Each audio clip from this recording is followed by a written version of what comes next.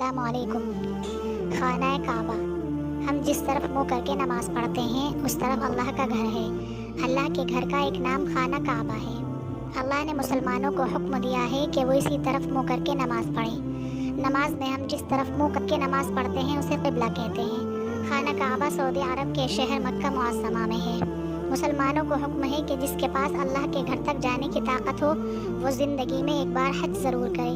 ہر سال لاکھوں لوگ حج کے لیے مکہ مکرمہ جاتے ہیں، وہاں اللہ کے گھر کا طواف کرتے ہیں۔ اللہ کے گھر کے چاروں طرف 7 چکر لگانے کو طواف کہتے ہیں۔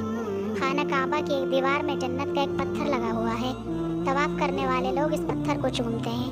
اس پتھر کا نام حجر اسود ہے۔ کعبہ کے پاس ہی ایک کنواں ہے جس کے پانی کو آب زمزم کہتے ہیں۔ اللہ کے گھر کو عربی زبان میں بیت اللہ کہتے ہیں۔ اس کا بہت احترام اور ادب کرنا چاہیے۔ ہمارے نبی حضرت محمد صلی اللہ علیہ وسلم کی پیدائش اسی شہر مکہ مکرمہ میں ہوئی جہاں خانہ کعبہ ہے۔